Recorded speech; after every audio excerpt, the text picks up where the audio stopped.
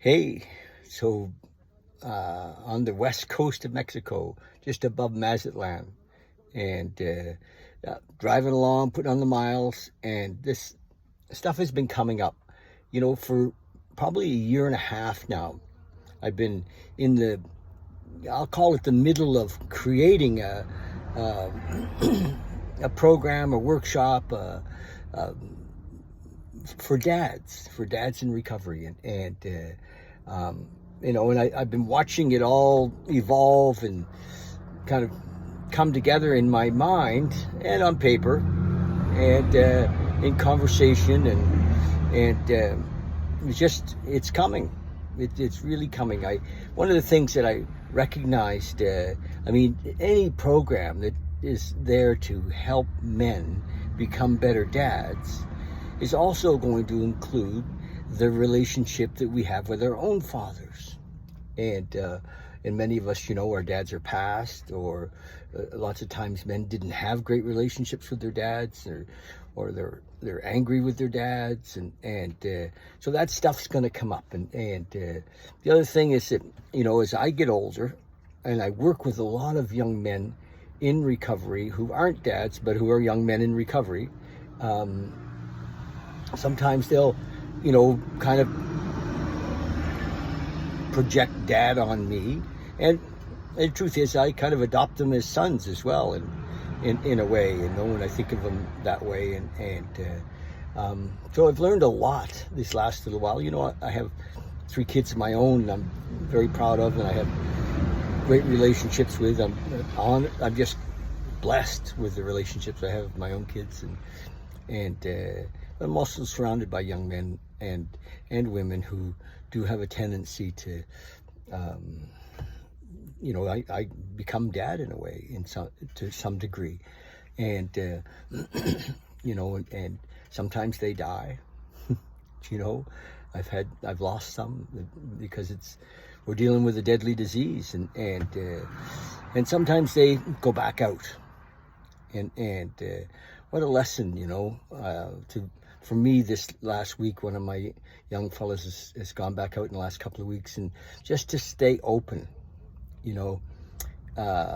just for me to stay open, stay loving, stay available to, even if we're not in conversation, just to stay open, just to keep my heart open.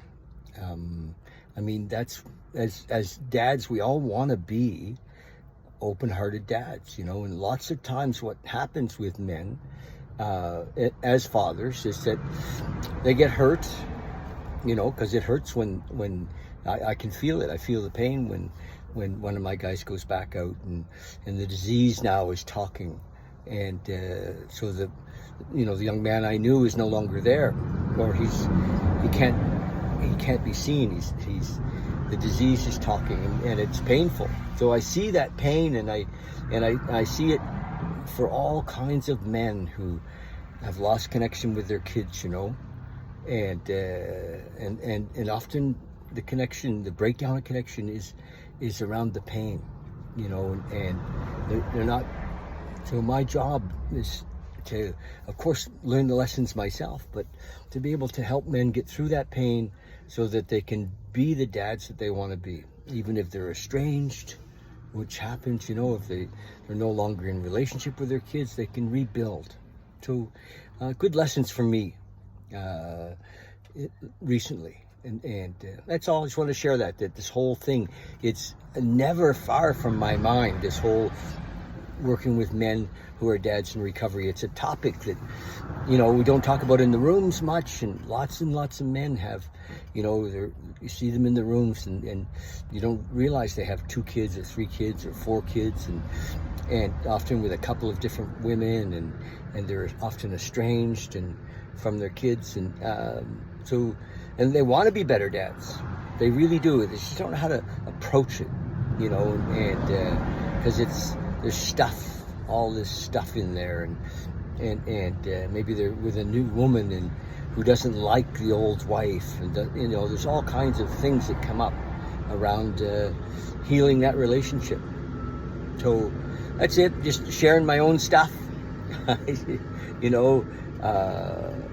when we're working with, for me anyway, when I'm working with young men, my heart gets in there, no question. You know, I love them, and when they go back out, it's hard, and you know, sometimes my reaction to that pain is anger. You know, it's like, oh, but to stay open-hearted and available, that's my intent, my prayer. Okay, just a ramble. It's just a little ramble. Thank you. Love you guys. Love from Mexico.